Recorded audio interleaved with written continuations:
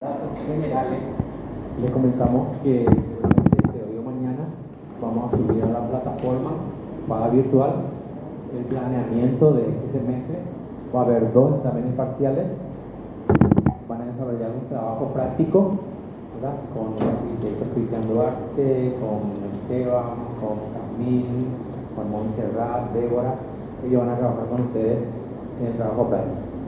Y el arquitecto Orlando, con Valeria y yo, vamos a trabajar en las clases acá teóricas que le vamos a dar. ¿Sí? Vamos a dividirnos, claro que dejamos bastante y esperamos el acompañamiento de ustedes. Van a tener, dijimos, 2 exámenes parciales, van a tener 2 entregas de trabajo práctico de una primera y una segunda etapa. 2 exámenes. Sumados todos, es el proceso de 60 puntos. En el cual para tener derecho al examen final deben reunir como mínimo 36 puntos. 36 puntos completando la totalidad de lo que se pide, los 2 parciales más las 2 entregas. Si rendí un solo parcial y no rindo un examen recuperatorio, no puedo obtener mi puntaje de trabajo práctico que me sirva para poder exonerar en el siguiente semestre. Le damos la posibilidad de que exoneren el trabajo práctico si obtuvieron 80% en el porcentaje y hayan cumplido con todas las otras obligaciones que son los exámenes parciales. Y la asistencia, exactamente. Estas son en líneas generales cómo nos vamos a manejar. Tenemos los días de teoría y práctica acá y los días de trabajo práctico que van a fijar con los profesores posteriormente. ¿Sí? ¿Empezamos? Nuestra portada, quiero decirles que estas 2 obras que tenemos en la portada fueron seleccionadas del arquitecto Santiago Calatrava, en donde nos muestra esta obra y esta foto y la otra foto que está ahí. Estas 2 corresponden a la misma obra.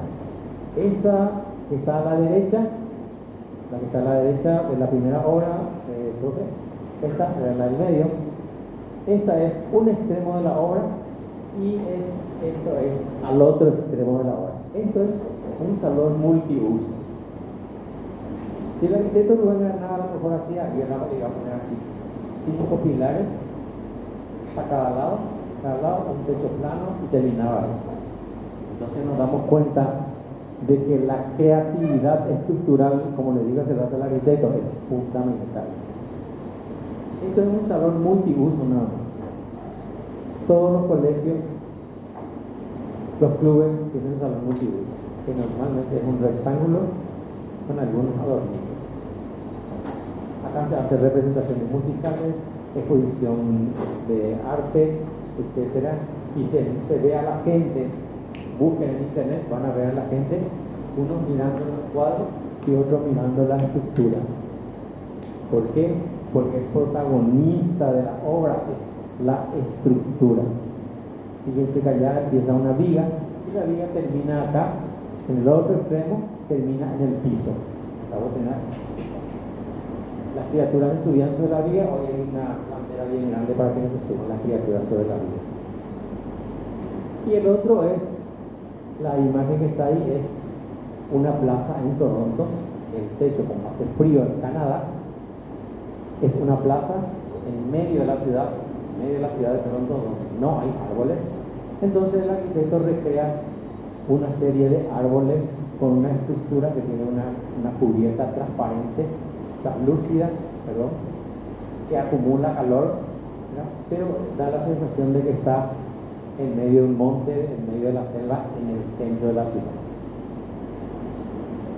Mejores que esto tienen que ser los trabajos prácticos que van a hacer. ¿Está? Ok, pasamos por eso. Bueno, ustedes ya vieron esto en resistencia de materiales, los tipos de esfuerzos. A eso que dice tensión, en realidad nosotros le llamamos tracción, cuando es estirar algo. Entonces, tracción se da en qué elementos se da la tracción, en qué elemento estructural se da la tracción. este pilar se da la tracción, Las vigas. no se da tracción, este pilar no se está girando. ¿Se da en qué? Vigas. ¿Ah? Está conveniente, pero la tracción en qué se da? Las vigas. ¿En qué elemento? Vigas. ¿Ah? En las vigas no. Varillas. Tensores. Varillas. Las varillas no trabajan solas. ¿Ya? ¿Cómo se llaman los elementos de varillas que trabajan solos y están sometidos a tracción? Tensores, exactamente. Se llaman tensores. Ahí está. Estos elementos que están soportando,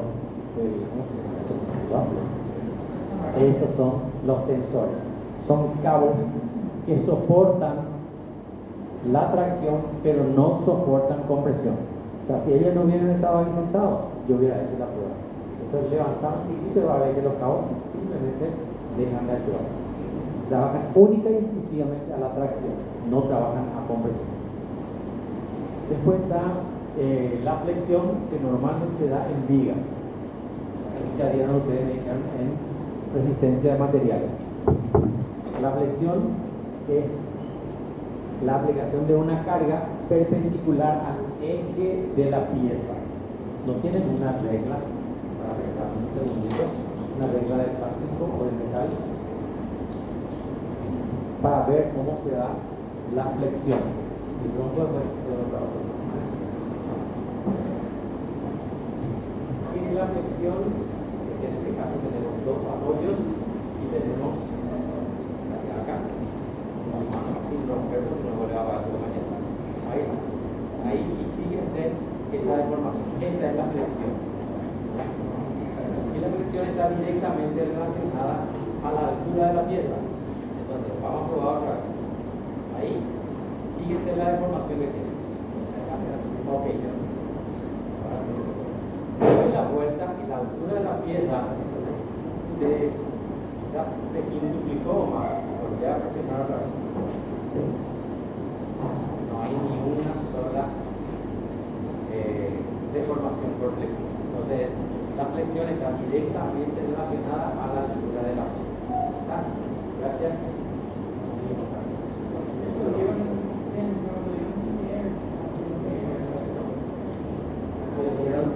Inercia, resistencia y vieron ya este cambio. La compresión, que es el esfuerzo de comprimir algo, en este caso normalmente para son los elementos que se comprimen, los pilares, exactamente. Después tenemos el corte, el esfuerzo de corte, ¿verdad? Que se puede dar cuando tenemos un elemento y hay un elemento que está trabajando en el sentido opuesto a su eje en forma vertical. El elemento puede ser horizontal el elemento y está perpendicular también, así como la flexión. La flexión también y el corte también van asociados en una viga. Y la torsión, como su nombre lo dice, es algo que es un esfuerzo que se da dentro de la pieza y principalmente aumenta en los bordes de la pieza. Tenemos un elemento circular de 20 centímetros y torsionamos esto así. La torsión en el centro va a ser prácticamente nula. Y la torsión máxima se va a dar ¿dónde? En el extremo, a los 20 centímetros, a los 10 centímetros del centro. Esa es la torsión. Y en las estructuras se pueden dar la combinación de todos estos esfuerzos en un solo elemento. Así que esto no, la viga no está solamente a flexión, puede estar a flexión, puede también sufrir torsión, entonces tenemos la flexotorsión. El pilar puede estar sometido a compresión y cuando tenemos una excentricidad se genera un momento. ¿Cuál era la fórmula de momento? Fuerza por distancia. Entonces tenemos por un lado compresión y por otro lado momento, que es fuerza por distancia, y entonces tenemos flexocompresión, flexión y compresión. Entonces quiere decir de que estos elementos, estos tipos de esfuerzos se pueden combinar en una sola pieza. Los más sencillos, existen otros más, pero nos quedamos en esto porque con esto ya nos complicamos bastante. Van a ver después que nos vamos a comentar bastante. ¿No? En el caso nuestro, nosotros vamos a tratar estructuras en donde, ¿qué nos importaría que tengan la estructura? Si vos estás proyectando una estructura, ¿qué características tiene que tener tu estructura para que te digan está bien? Para que vos digas está bien. Tiene que ser resistente, perfecto. Resistente a esas cargas que se van a someter, perfecto. ¿Qué más tiene que tener? Aparte de la resistencia. Estabilidad. Equilibrio. Tiene que estar en equilibrio, perfecto. ¿Qué más tiene que tener?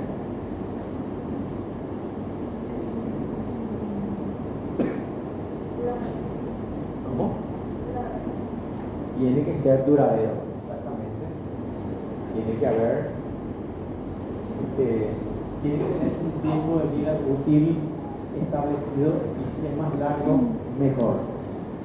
¿Por qué hoy día el Coliseo que se construyó antes de Cristo todavía está en pie? Porque el hormigón que utilizaron los ingenieros antes de Cristo es mejor que el hormigón que estamos utilizando ahora. Hace 2 semanas cayó un puente en China que acababa de inaugurarse.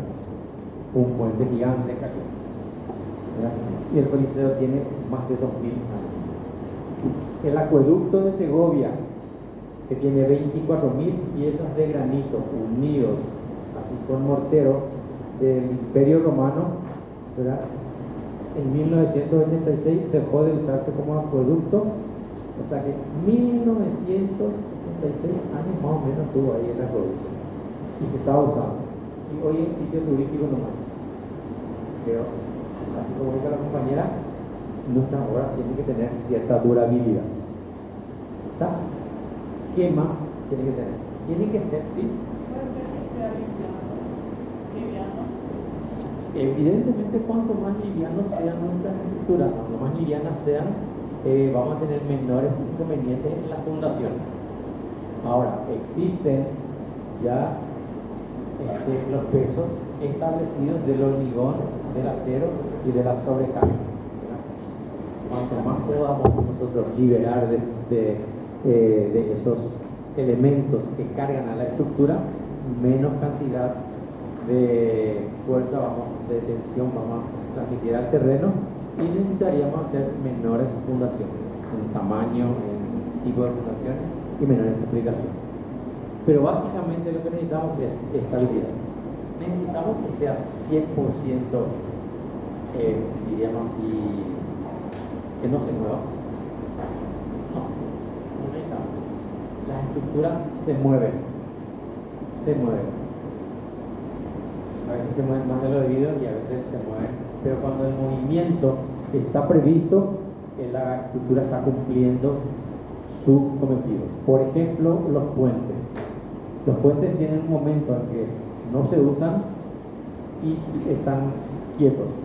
Y cuando tienen, un puente de unos trenes, cuando pasa el tren, la estructura se mueve. Pero ese movimiento de la estructura está contemplado en el cálculo y no afecta a la durabilidad o no afecta a la estabilidad de esa estructura. Entonces, que esté en equilibrio es fundamental, ¿verdad? Independientemente de que se pueda o no se pueda. El Golden Gate de San Francisco, conoce usted, ¿verdad? Un puente que tiene sus parantes, pilares a ambos costados, un puente colgante, tiene sensores y tiene su rampa, su plataforma. En el extremo superior del puente es así, viene acá, y acá está su plataforma, y acá está su sensor y cuelga así. En este extremo del puente, allá arriba, el puente oscila hacia acá y hacia acá 2,5 metros. Así está. O sea, acá hay un movimiento de 2,5 metros y el puente está perfectamente estable. Entonces, es un movimiento estudiado, es un movimiento ya predecible, ¿verdad? Y no afecta, se ha estudiado y no le afecta a la estructura del elemento constructivo. Nosotros vamos a centrarnos en este semestre y vamos a analizar exclusivamente estructuras de hormigón armado. El profesor hace rato estuvo explicando muy bien qué es el material hormigón armado. No voy a explicar más porque ya explicó perfectamente. La explicación estuvo súper buena. Y acá nos damos cuenta, en este gráfico, les mostramos cómo se hace la transmisión de carga y qué tipos de cargas son los que están soportando esos elementos que nosotros vamos a estudiar. No quiere decir que sean los únicos, no son los únicos, son los que van a aparecer en todas las estructuras. Y aparte de esto, hay unos cuantos más que no vamos a tratar. Eso van a tratar en la vereda del frente, que son los que van a calcular la estructura. Entonces, allá vemos hacia la izquierda, sobre la losa, están unas cargas que se llaman cargas distribuidas. Se consideran cargas distribuidas aquellas cargas que se dan en toda el área de la losa de hormigón armado. Esas son cargas distribuidas. Aparte de las cargas distribuidas, a la derecha tenemos unas flechas, esas son las formas de representar, que son las cargas puntuales. ¿Cuál sería la diferencia entre una carga distribuida y una puntual? La superficie de contacto, exactamente por un lado. La carga distribuida tiene gran superficie de contacto y la carga puntual tiene una superficie de contacto bastante reducida, que es exactamente el lugar donde yo apoyo esto sobre la mesa. Esta es una carga puntual. Yo hago así con la mano y cargo la mesa, es una carga de mi mano, es una carga distribuida. Entonces, esas cargas, tanto la distribuida como la puntual, se pueden dar sobre las losas y también, fíjense, se dan en el borde de las vigas. ¿Por qué? Porque las losas transmiten su carga a las vigas. Quiere decir que el proceso en que las cargas van distribuyéndose, de las cargas cargan a las losas y las losas posteriormente cargan a las vigas. Por eso hay esas flechas en todo el contorno de las vigas. Fíjense, ahí están las flechas de color rojo, todo el contorno de la viga. Esas flechas que van sobre las vigas son el resultado de la aplicación de las cargas, tanto puntuales que están arriba, como las distribuidas que también están arriba. La sumatoria de ambos tipos de cargas se dan sobre las vigas. Y las vigas están soportadas en la generalidad de los casos por pilares. Y toda la carga distribuida de toda la viga se concentra, ahí está marcando la profesora, está marcando el lugar en donde la viga carga sobre el pilar, como carga puntual. Ahí ya no es más distribuida. La carga que transmite la viga al pilar es una carga puntual, con un valor bien definido, como la que teníamos allá arriba sobre la losa, algo parecido a eso. El pilar es el elemento de hormigón armado cuya función es recibir las cargas de las vigas, soportar esas cargas y posteriormente transmitir al siguiente elemento que sostiene al pilar. ¿Cuál es el siguiente elemento? Las fundaciones. Las fundaciones tienen la función de recibir las cargas de los pilares, soportar las cargas de los pilares y posteriormente transmitir al siguiente elemento sobre el cual está apoyada la fundación. ¿Cuál es el elemento? El terreno. Por eso es fundamental saber qué tipo de terreno tenemos para determinar qué tipo de fundaciones vamos a ver. En este curso vamos a ver fundaciones superficiales como las que estamos viendo en el gráfico, que corresponden a las zapatas, y vamos a mencionar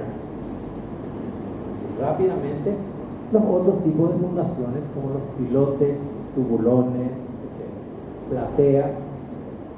Entonces, pero más vamos a centrarnos en las zapatas. ¿Acá? Bueno, son las 12, ¿les parece? Llegamos hasta acá y continuamos en la siguiente clase. ¿Okay? Vamos a levantar antes de irse, necesitamos una delegada. Y así como los parlamentarios tienen recutú, nosotros le proponemos a Mielka como delegada. Sí, la lista que la profe les dio ya, vamos a ver, por favor. Gente, nosotros tenemos una directiva muy especial por parte de la facultad de tomar la lista todos los días y aquellos que no tengan